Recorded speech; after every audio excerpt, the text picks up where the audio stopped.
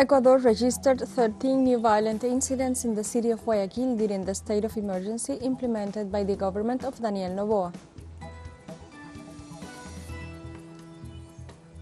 Health organizations in the Gaza Strip denounced that 30 newborn children have died of acute malnutrition as a result of the blockade imposed by Israel on humanitarian aid.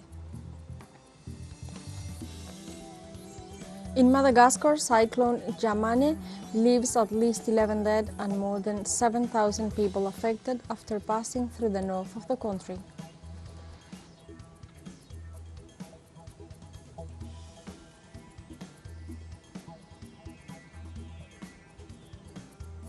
Hello and welcome to From the South. I'm Alejandra Garcia from teleSUR Studios in Havana, Cuba. We begin with the news. Ecuador registered in the last hours 13 new violent incidents in the city of Guayaquil during the state of emergency implemented by the government of Daniel Noboa. The mayor of the city of Guayaquil, Aquiles Alvarez, detailed that among the areas affected by the violence are Bastión Popular, Guayacanes, and the downtown sectors, besides alerting about the presence of explosive devices and fires. Alvarez informed that the security operative personnel, ambulances, patrol cars, and firefighters are deployed to cooperate with the police forces in order to maintain order and tranquility in the city. The mayor made a call to the national government to solve the crisis that affects both the country and the city.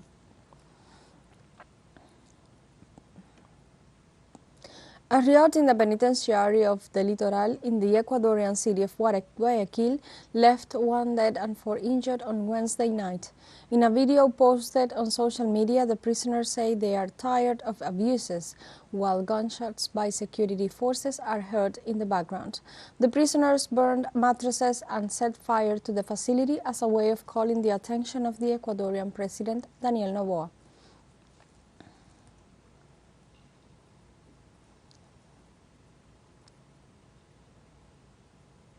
In Bolivia, thousands of citizens celebrate the 29th anniversary of the founding of the Movement Towards Socialism political instrument for the sovereignty of the peoples, MAS IPSP. The MAS IPSP postulates it is consolidated as the most important organization force in the country, with 18 years at the forefront of the governmental activities. This organization was created in 1995 with the support of the Seoul Syndical Confederation of Peasant Workers, who raised their banners of the defense of the people's sovereignty. On this date, several social organizations claimed the basis of inclusion and defense of sovereignty from different regions.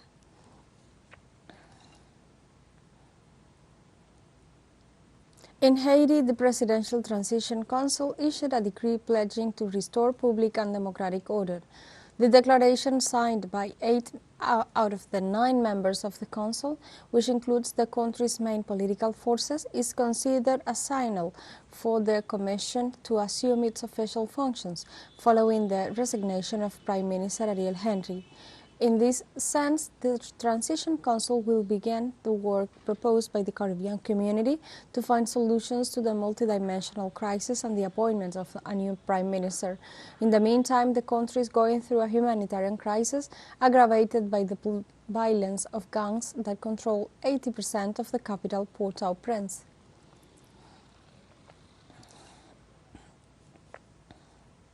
The United Nations High Commissioner for Human Rights, Volker Turk, expressed that the situation in Haiti is collapsing and is due to the acts of insecurity caused by the gangs. The situation in Haiti is cataclysmic. Corruption, impunity, and poor governance, compounded by increasing levels of gang violence, have eroded the rule of law and brought state institutions close to collapse. Tackling insecurity must be a top priority to protect the population and to prevent further human suffering. Gangs continued to use sexual violence to brutalize, punish, and control people. Some women are forced into exploitative sexual relations with gang members. In addition, the rape of kidnapped hostages continues to be used to coerce families into paying ransoms. Children continue to be recruited and abused. In an exclusive interview for teleSUR, the Haitian lawyer and political scientist Jeffers Pierre Lacroix said that imperialism only wants to plunder Haiti's resources. Haiti está Now, Haiti is living an inexplicable situation, and it is what imperialism created to control my country for the sole reason of plundering, raping, blockading, murdering what we have as a resource.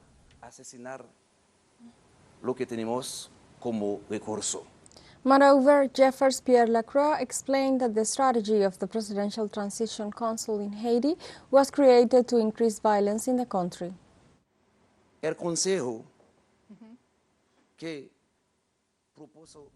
The council proposed by CARICOM aggravated the already difficult situation in Haiti.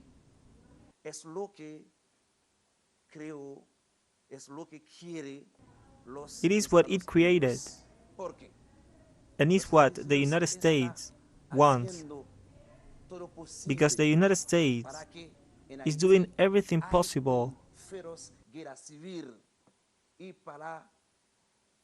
to have a first civil war in Haiti and launch a military intervention to brutally monopolize all of our resources.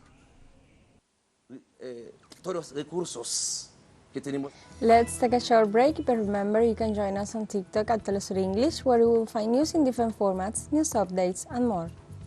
Other stories coming up, stay with us.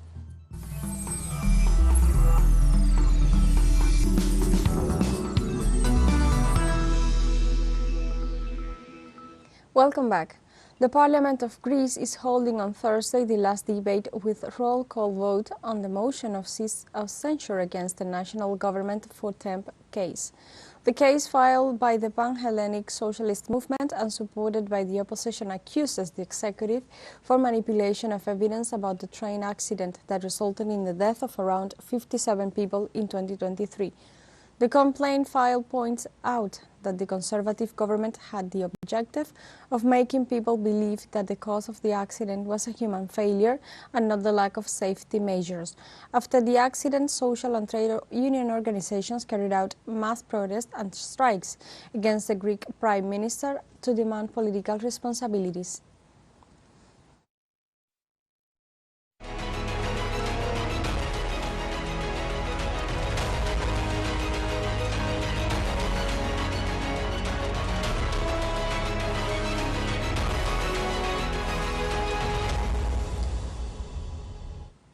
Russia's investigative committee claimed to have evidence proving that the link of perpetrators of terrorist attacks on the Crocus City Hall concert hall with Ukraine. The agency noted that the initial results of the investigation confirmed the planned nature of the terrorist actions, which require preparation and financial support. They also noted that the attackers received cash and cryptocurrencies from Kyiv, which were used in the preparation of the crime. Additionally, they revealed the arrest of another suspect linked to the terrorist financing plan. In Russia, presidential spokesman Dmitry Peskov suggested to Telegram co-founder and chief executive Pavel Durov greater caution to prevent this social network from ending up as a tool in the hands of terrorists. Kremlin spokesman Dmitry Peskov, in an interview, asked Telegram co-founder and executive Pavel Durov to pay more attention to the negative use of the social network. Peskov pointed out that Telegram is a unique information resource from the technological point of view, and therefore it may be in danger of becoming a tool for the use of terrorists.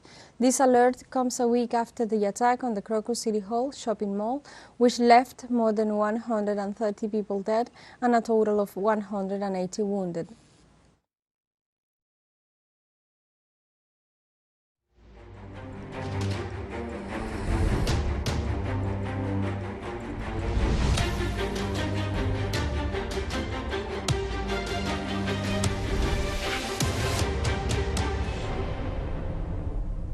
In Palestine, a baby died on Thursday due to hunger and lack of treatment, bringing the number of malnourished newborns in the Gaza Strip to 30. Medical officials said the newborn died as a result of dehydration and lack of medical supplies at the Kamal Adwan Hospital in the northern Gaza Strip. Doctors at the hospital indicated that they see many premature babies every day whose weight does not match their age in clear evidence of starvation. They warned that as a result, the babies reach critical grades, severe acidemia, disorders, and ultimately death.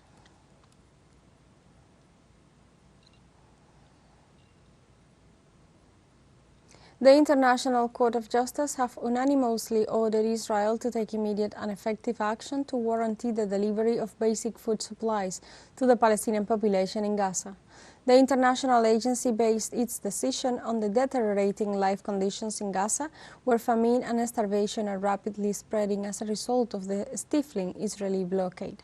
The judges emphasized that Palestinians in Gaza are no longer merely at risk of famine, but are already experiencing its dire consequences.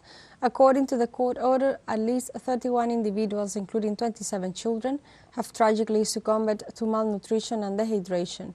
The order is legally binding and must be carried out in full cooperation with the United Nations.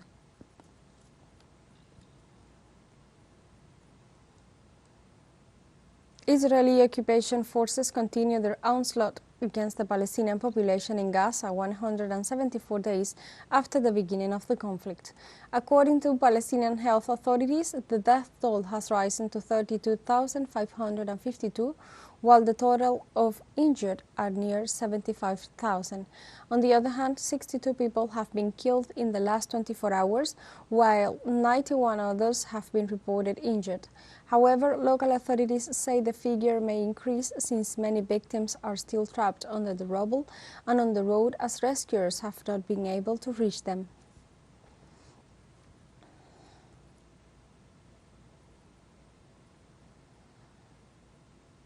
In southern Lebanon, 9 people are reported killed after the constant bombardment by the Israeli occupation forces that also caused material damage.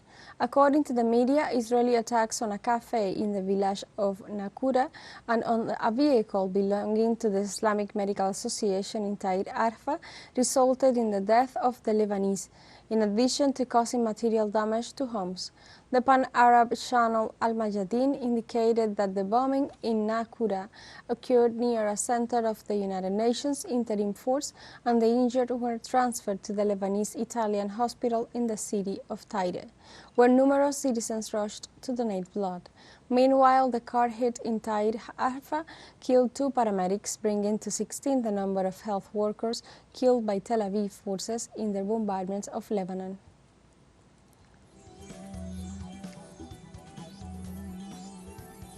We have a final short break coming up, but before we invite you to join our WhatsApp community for our English-speaking audience, you can scan the QR code on screen to join directly and share the link to reach more people. Constant news coverage of Latin America and the Caribbean, as well as the rest of the world. Stay connected and informed with teleSUR. Final short break. Don't go away.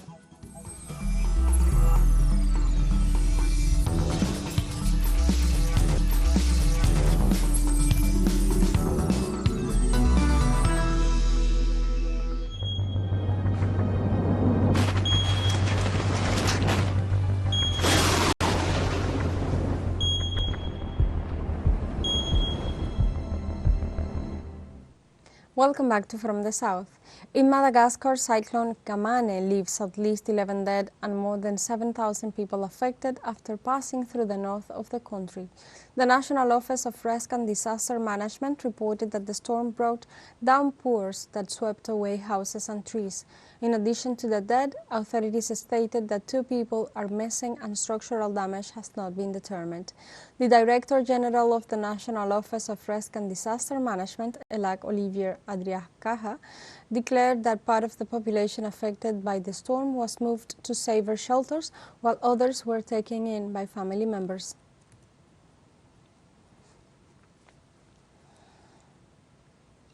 Togo citizens reject constitutional reforms as a maneuver to extend current President Faure Gnassingbé's mandate. According to the new text, the presidential election system is modified and entrusted to the legislative branch, which is dominated by the Union for the Republic Party, loyal to the current head of state. The opposition warns that the modification takes away the power to elect from citizens, a reason that led to the abstention of the opposition bench during the vote.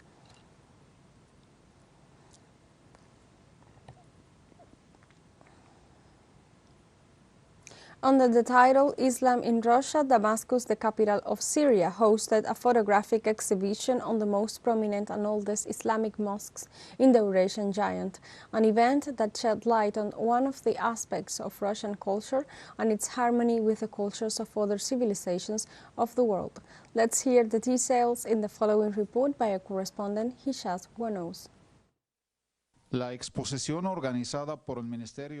exhibition, organized by the Syrian Ministry of Culture in cooperation with the Russian Cultural Center in Damascus, integrates 100 photographs by the famous Russian photographer Ildar Jambikov. The exhibition is an artistic and cultural event that allowed the Syrian public to get to know one of the features of the Islamic cultural legacy of Russia, in a clear demonstration that expresses the respect of the Eurasian country for the freedom of worship, religious beliefs, and tradition of those who profess Islam. The message we have received from the exhibition is that the human being in Russia, in Syria, and in any part of the world, beyond being a believer or not, it is an art lover who values and respects the different cultural manifestations of other civilizations, and from which he takes what he considers convenient and appropriate to enrich his own culture, while preserving both his identity and the authenticity of his cultural history. The idea of coming to Syria to make this exhibition is an old idea that I was very happy to materialize, because this country is home to many vestiges of Islamic worship, which I had the opportunity to visit and appreciate its architectural beauty, which is very similar to the architectural style of mosques in Russia, both in its form of construction and in its spiritual character. Las fotografías expuestas mostraron los diferentes estilos arquitectónicos de las más. The photographs in the exhibition showed the different architectural styles of the most outstanding of the 8,000 mosques currently distributed in the 8 Russian regions. These buildings, with their different decorative elements, combine the traditional Muslim style with certain local decorative features typical of Russia. The construction forms vary from Ottoman Arab and Sufi style to contemporary and modern architecture, which have turned these places of worship into true works of art of a spiritual nature. Estos lugares de culto en verdaderas obras de arte de carácter espiritual. This exhibition is of great importance because it conveys to the Syrian public the reality of Russia as a country that respects ethnic and religious diversity, where believers of different faiths, headed by Christians and Muslims who represent the largest percentage of religious factions in the country, have been living together for many centuries in peace, harmony and tolerance. The Muslim community in Russia amounts to approximately 25 million people, representing almost 20% of the Russian population. Most of the Muslims live in the Caucasus and between the Volga River and the Ural Mountains, where they practice their religious rituals in full freedom and without any kind of discrimination. A reality that is reflected in this exhibition about the mosque that materializes one of the most outstanding symbols of the religion of Islam. Más destacados de la religión del Islam. Hisham Wanous, teleSUR, Damascus, Syria. Entering now in sporting matters, and in particular referring to the Olympic Games of Paris 2024. On Thursday, the authorities of the International Olympic Committee announced that the Olympic flame will be near the Louvre Museum. In this way, the flame of the Paris Olympic Games will burn during the competition in the gardens of the Tuileries, a publicly accessible site located on the banks of the Seine River between the Louvre Museum and the Place of de la Concordia. The decision was taken after the organizers abandoned the idea of the Eiffel Tower. It should be noted that the relay of the flame that will be lit on April 16th in Olympia, Greece, will begin in Marseille on May 8th.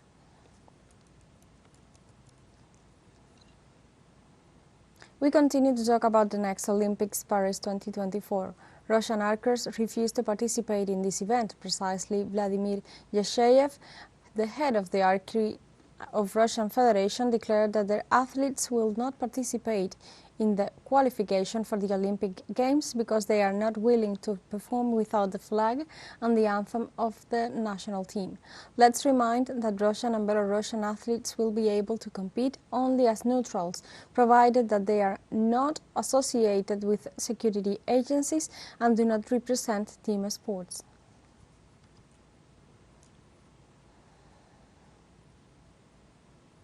In the United States, the Major League Baseball campaign officially begins on Thursday. During the next 6 months, 30 teams will fight each other for the title. It is worth mentioning that on the opening day, 11 out of 13 organizations named Latin pitchers as starters, this being the highest number registered so far, while the Dominican Republic has 5 of them. Precisely, the Latin pitchers with the most starts on the opening day are Dominican Pedro Martinez and Nicaraguan Denis Martinez, who shared the total number of 11 starts. We have come to the end of this news brief, but you can find these and many other stories on our website at telesurenglish.net and join us on social media as well: Facebook, X, Instagram, Telegram and TikTok. For TeleSUR English, I'm Alejandra Garcia. Thank you for watching.